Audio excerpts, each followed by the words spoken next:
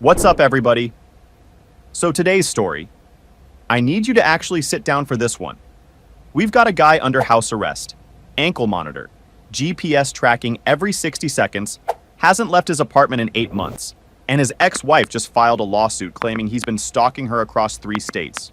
3 different states. She's got photographs, witnesses, text messages, the whole evidence package. And this man is sitting in his living room with a tracking device on his leg that literally proves he never moved. So either he figured out teleportation, or something way more messed up is going on. Let's get into it. My ex-wife sued me for stalking her across 3 states. I was wearing an ankle monitor the entire time. The GPS data exposed everything. The process server handed me the lawsuit papers on a Thursday afternoon while I stood in my doorway, and I actually started laughing before I finished reading the first paragraph. Not because anything was funny, my brain just couldn't process it any other way. Nicole Briggs, my ex-wife of 2 years, was suing me for $340,000 in damages. She claimed I'd been stalking her systematically across Ohio, Michigan, and New York for the past 6 months, following her to work, showing up at her gym, appearing at restaurants where she was eating, photographing her through windows, sending threatening messages from burner phones.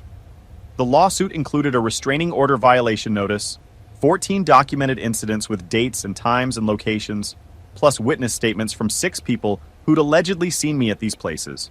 The reason I laughed, the reason my hands were shaking while I held those papers, was the black plastic device locked around my right ankle, the GPS monitoring bracelet I'd been wearing for 243 days straight, the one that tracked my location every 60 seconds and sent alerts to my probation officer if I moved more than 150 feet from my apartment. I hadn't left my home in 8 months except for 3 pre-approved medical appointments, all within a 5-mile radius, all documented with travel permits and escort verification. I couldn't have stalked Nicole across 3 states. I couldn't have stalked her across 3 streets. The monitoring system would have reported any unauthorized movement instantly, would have triggered law enforcement response, would have sent me back to county to serve out the remainder of my sentence. But according to the lawsuit I was holding, I'd been in Cleveland on March 18th, Detroit on April 3rd, Rochester on May 11th, multiple locations, multiple states, multiple impossibilities. I'd been living at Riverside Apartments, Unit 3B, in Columbus, Ohio, since my release from county earlier that year, serving out the final stretch of a 2-year sentence for felony tax evasion under house arrest. The original conviction was legitimate. I'd made some catastrophic mistakes during my business collapse, failed to pay payroll taxes while desperately trying to keep my company afloat, then compounded the problem by hiding assets. I plead guilty, spent 4 months in actual jail, and got granted house arrest for the remainder based on good behavior and my agreement to a payment plan for the back taxes and penalties. The ankle monitor was locked on at 6:17 a.m. on September 3rd of last year by Officer Donna Mercer, my probation officer. Mid-40s, steel gray hair, the kind of no-nonsense energy you get from someone who's supervised hundreds of probationers and developed extremely accurate lie detectors. She'd been clear about the rules. I could live in my apartment, could have visitors with prior approval, could work remotely, but I couldn't leave without explicit permission granted at least 72 hours in advance. Any violation meant immediate arrest. I'd been compliant for every single day, never tested the boundaries, never tried to tamper with the device. I'd lost my business, my house, my marriage, and most of my friends. I wasn't about to lose my freedom by doing something stupid. My daily routine had become mechanical.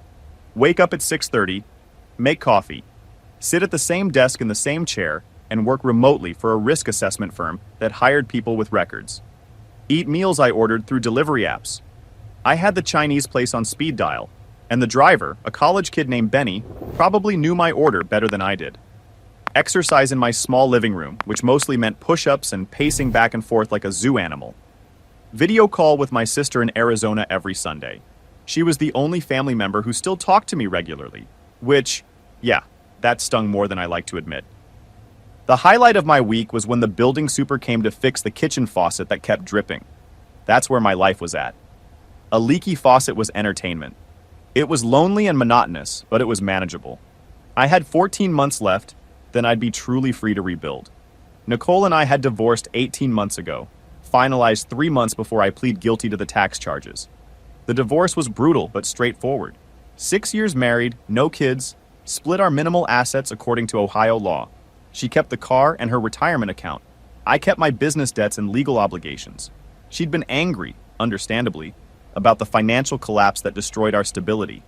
Accused me of hiding money, of prioritizing my business over our marriage, of being selfish and reckless. All of it was probably true. But she'd never accused me of being threatening or dangerous. Never suggested I was violent or unstable. Our split was bitter, but it was clean. No contact order at her request. Both of us moving on separately. The first strange detail I noticed was 3 weeks before the lawsuit. A registered letter from an attorney I didn't recognize. Sat in my mailbox for 2 days before I opened it. I figured it was bills or something related to my tax payment plan. I remember I was eating leftover lo mein from the night before when I finally opened it. Instead, I found a cease and desist letter from Nicole's attorney, Grant Whitfield, demanding I stop all contact with Nicole, stop following her, stop appearing at locations she frequented. Warning that continued harassment would result in legal action. I read it 3 times. Confused doesn't even cover it. I forwarded it to my own attorney, Cal Shapiro, same lawyer who'd handled my tax case and was managing my probation requirements. Cal called me within an hour. That specific tone attorneys use when they're trying to stay professional while delivering bad news. He asked if I'd had any contact with Nicole since the divorce. I told him I'd been under house arrest for 7 months, that I hadn't had contact with anyone except my probation officer, delivery drivers, and him, that I didn't even know where Nicole lived anymore. Cal went quiet for a second, then told me her attorney was claiming I'd been following her, appearing at her workplace, sending messages from unknown numbers. They had dates and specific incidents documented. He said it was serious, that even if the charges didn't stick, my probation could be revoked just from the appearance of a violation. I asked about the photographic evidence they claimed to have. How could anyone have pictures of me in places I'd never been when the GPS data proved I hadn't left my apartment? Cal promised to request copies and advise me once he'd reviewed everything. In the meantime, I requested detailed location logs from my probation officer and organized them by date. Every single alleged incident corresponded with times when the GPS data showed me sitting in my apartment, never moving past the 150-foot boundary. Then the lawsuit arrived 2 weeks later. And now I was holding documented allegations that I'd been in 3 different states while wearing an ankle monitor that proved otherwise. Pause for a second. For the listeners, this is me jumping in, not the OP. I need everyone to absorb what's happening here. This man is literally on house arrest. GPS tracked every 60 seconds. Can't walk to the gas station without the authorities getting a push notification. And his ex-wife's legal team is claiming he pulled off a multi-state stalking operation? That's like accusing someone in a full body cast of winning a marathon. My guy's alibi isn't an alibi. It's a government-operated tracking satellite saying, nah, he was on his couch. This is either the dumbest lawsuit ever filed or the setup for something way darker. Buckle up. I called Cal immediately, voice shaking more than I wanted. He scanned the full lawsuit, went through it page by page, told me the GPS data should exonerate me completely. Ironclad alibi. He'd file a response denying everything and requesting immediate dismissal based on impossibility. But over the next several days, things got worse instead of better. The photographs arrived first. Cal called to describe them before sending copies. About 30 photographs allegedly taken over 6 months showing a man who looked very much like me at the locations Nicole claimed. Cleveland outside her office building. Detroit at a restaurant. Rochester at a shopping mall. Same height, approximately 6 foot. Same lean build. Same dark brown hair cut short. Similar clothing. Jeans and solid color shirts. I opened them on my laptop and stared for 20 minutes, zooming in on every detail. One photo from Cleveland showed the man standing across the street from an office building, partially hidden behind a car. In another from Detroit, he was sitting alone in a restaurant with a view of a table where Nicole was presumably eating with friends. In Rochester, he was behind Nicole in a common area, face turned away, but his posture suggesting he was watching her. The images were taken from distances of 20 to 50 feet, slightly blurry, phone camera quality and various lighting, and the man in them looked like me. Not identical, but close enough that someone who'd been married to me for 6 years might genuinely believe it was me. I sat there on my couch scrolling through them over and over, this sick feeling building in my chest. Because the resemblance was genuinely unsettling. Same jawline. Same way of standing with hands in his pockets. Even the jacket in one of the Cleveland shots looked like one I used to own. I kept zooming in on his face, trying to find the one clear detail that would make it obvious this wasn't me. A different nose, a scar, anything. But the angles were always wrong. Always just slightly turned away or partially blocked. Almost like whoever took these photos knew exactly how to frame the shot, so you'd see enough to assume, but never enough to confirm. But it wasn't. I knew with absolute certainty I'd never been to those places. The GPS data proved it, except doubt was creeping in, the kind that comes when evidence contradicts certainty. Could I have somehow been there without remembering? Was I losing time? The thoughts were irrational, but the photos made them feel possible. Until I looked down at my ankle monitor and remembered I couldn't have left my apartment without triggering immediate alerts. Cal filed a motion to dismiss 3 days later. Attached my complete GPS monitoring records covering every date mentioned. Grant Whitfield responded with a counter motion claiming the GPS data was potentially falsified or manipulated, that electronic monitoring systems were known to malfunction, that photographic evidence superseded electronic records. The judge, Honorable Patricia Halstead, scheduled a hearing for 3 weeks out. In the meantime, Officer Donna Mercer provided a detailed affidavit within 48 hours. Confirmed I'd been under house arrest for 243 days. GPS device functioning continuously. Never violated movement restrictions. 3 approved medical appointments with proper permits. She included technical documentation from Sentinel Location Services, signal logs, GPS coordinates every 60 seconds, battery reports, tamper detection logs. Everything showed perfect compliance. Hold on a minute. I want to point something out that's making me lose my mind right now. Nicole's attorney is seriously arguing that this dude, a guy who can't go pick up his own mail without government clearance, hacked a federal-grade GPS tracking system so he could what? Stand outside a restaurant in Detroit looking creepy? That's some Ocean's 11 level scheming for absolutely zero payoff. Meanwhile, they've got blurry phone pictures taken from 50 feet away as they're smoking gun. You know what those photos prove? That a tall dude with brown hair exists in Ohio. Groundbreaking detective work, Grant. Real Sherlock Holmes energy. Anyway, it gets worse. But Grant Whitfield's next filing introduced something that made my stomach drop. Nicole was prepared to testify that I'd been sending her threatening text messages from unknown numbers. Messages referencing specific details about her daily routine that only someone following her would know. Cal requested copies through discovery. When they arrived, I felt reality tilting again.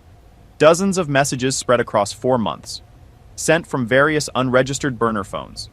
The content was disturbing, personal, referencing Nicole's clothing choices, locations she'd visited, her new relationship, her new apartment, escalating in frequency and specificity.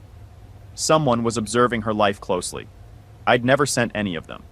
Never communicated with Nicole since our divorce. Never had any desire to.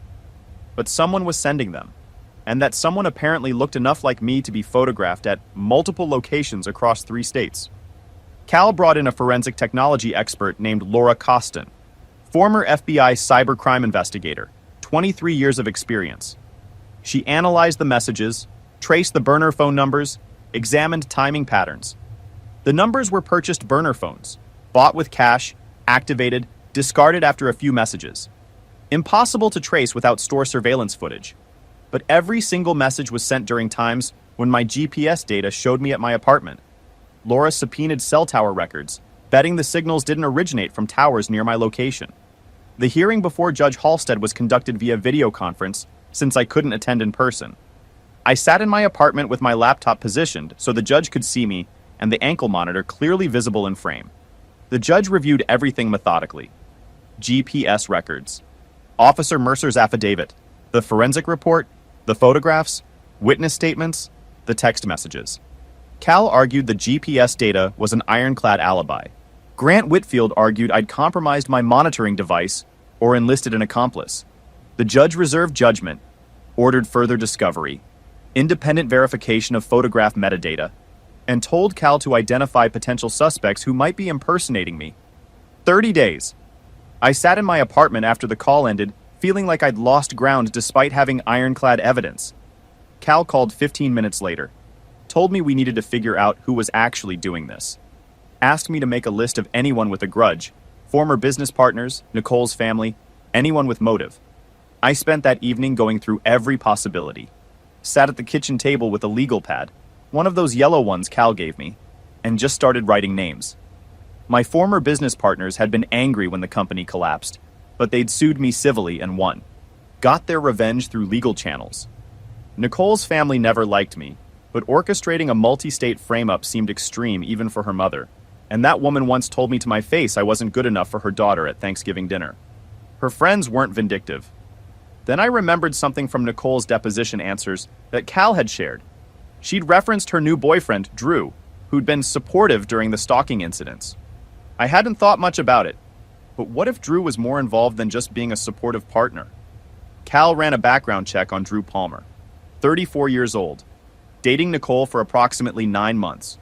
Freelance photographer and videographer, which immediately raised flags given the quality and angles of those alleged stalking photos. Previously lived in Cleveland before moving to Columbus 8 months ago, right when the alleged stalking started. His social media showed photos from Detroit and Rochester at various times over the past year, the exact cities where I'd allegedly stalked Nicole. Okay, stop. This is me again. I need every single person listening to understand the math here. Drew is a professional photographer who just happens to move to Columbus right when the stalking starts, who just happens to have traveled to every city where Jake was supposedly spotted, and who just happens to be the guy telling Nicole, "Yeah, babe, that's definitely your ex in those blurry photos." This dude is basically directing, producing, and starring in his own crime documentary, and nobody thought to check his IMDb page? My man is out here playing Scooby-Doo villain, and he would have gotten away with it too if Jake wasn't literally wearing a government GPS tracker. You cannot make this up. Laura Costin started her analysis immediately. Within 2 days, she'd found something big. The photos were taken with 3 different phones over 6 months, consistent with disposable burners. But several showed specific composition choices, lighting adjustments, focus techniques that screamed professional photography experience. More importantly, she found something in the metadata that wasn't stripped properly. 2 of the photos from Detroit contained embedded GPS coordinates in the EXIF data, and those coordinates placed the photographer not at the locations shown in the images, but at a different position entirely, suggesting the photos were taken from a vehicle parked across the street using a telephoto lens. This wasn't surveillance photos taken by a victim documenting her stalker. This was staged photography, designed to create the appearance of stalking. Laura dug deeper into Drew Palmer's background and found what we needed. 3 years earlier, Drew had been engaged to a woman in Cleveland who'd broken off the relationship citing controlling behavior and possessiveness. She'd filed a police report alleging Drew stalked her after their breakup, appearing at her workplace and home, sending harassing messages. Charges were eventually dropped after Drew agreed to a restraining order. This man had a documented history of exactly what he was doing to Nicole. Laura laid it out during our next strategy meeting. Classic case of projection. Drew was actually stalking Nicole, or at minimum obsessively monitoring her, and framing me for it so he could position himself as her protector while eliminating me as someone she might reconnect with. Cal filed an emergency motion requesting permission to depose Drew and subpoena his financial records, phone records, and travel history. Grant Whitfield fought it aggressively. Judge Halstead granted the motion anyway. While we waited for the deposition date, Laura continued investigating.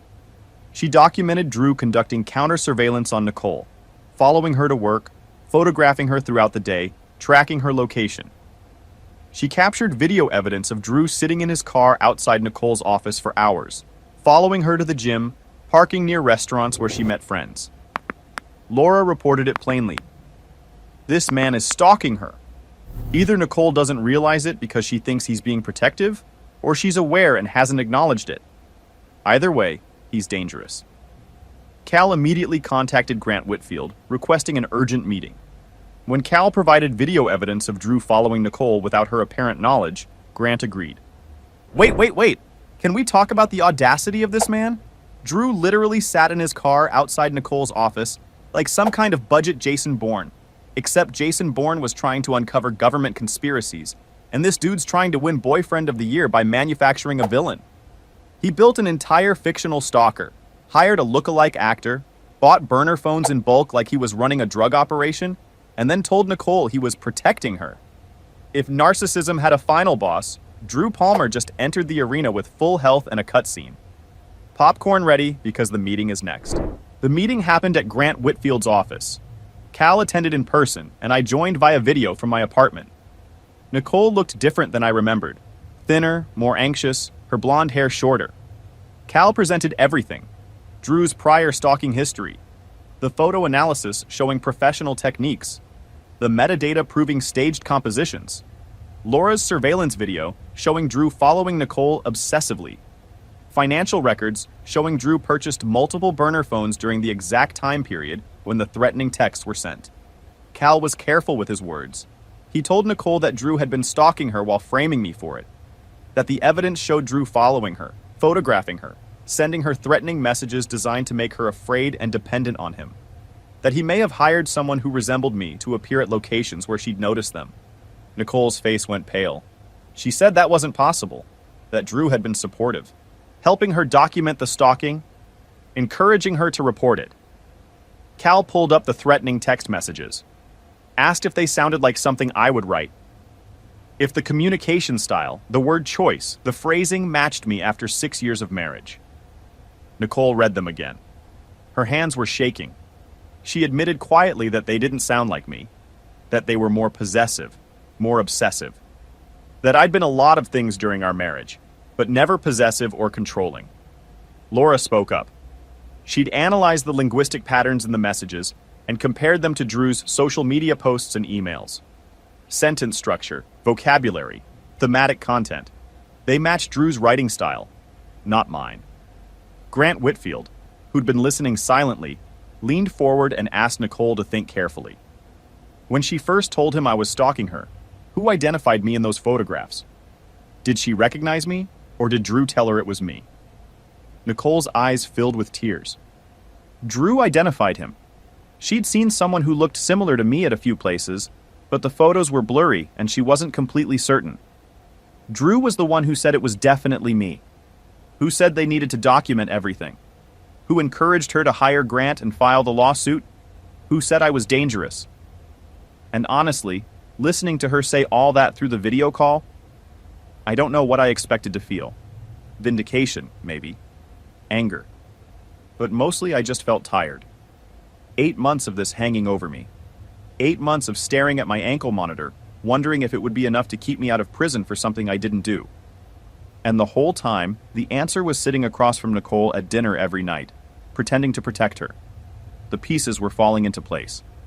Drew had orchestrated the entire thing, stalking Nicole while framing me, using his photography skills to stage images, sending threatening messages from burners to increase her fear, positioning himself as her protector, isolating her from friends and family, and ultimately encouraging her to file a massive lawsuit that would have destroyed me financially and potentially sent me back to prison. Cal pulled up Drew's financial records. Over $90,000 in credit card debt and unpaid business loans. If Nicole won the lawsuit against me, she'd receive $340,000. If Drew convinced her to marry him or combine finances, he'd have access to that money. His motivation was partly control, partly financial gain, and partly some twisted need to destroy me for being Nicole's ex-husband. Actually, back up. I forgot to mention this part. Grant Whitfield had also asked Nicole if Drew had been encouraging her to cut ties with people. She said yes. He'd installed a tracking app on her phone 6 months ago. Been suggesting she move in with him. Told her friends didn't take the stalking seriously and she should distance herself from people who didn't support her. She thought he was being caring. She thought he was helping. The meeting ended with Nicole agreeing to cooperate fully. Grant filed a motion withdrawing the lawsuit against me with prejudice. Cal scheduled a meeting with Detective Ray Buckner from the Columbus Police Fraud Division for the following day. Yo, timeout. I want to zoom out for a second, because this might be the greatest self-own in the history of relationship fraud. Drew Palmer spent 9 months building an elaborate multi-state stalking frame-up, burner phones, hired actors, staged photos, the whole production, against a guy who was literally GPS tagged by the government. That's like trying to frame someone for a bank robbery when they're currently in jail. for a different crime, on camera, with witnesses. Drew really thought he was the smartest guy in the room, and he didn't even bother to Google how ankle monitors work. Incredible. The man spent more effort framing Jake than most people spend on their careers. Final update. Detective Buckner's investigation moved fast once Nicole provided evidence. The tracking app on her phone showed Drew monitoring her location obsessively for 6 months. Phone records showed frequent calls from Drew during times when she'd reported feeling afraid. Financial records showed Drew purchased 8 burner phones during the relevant period.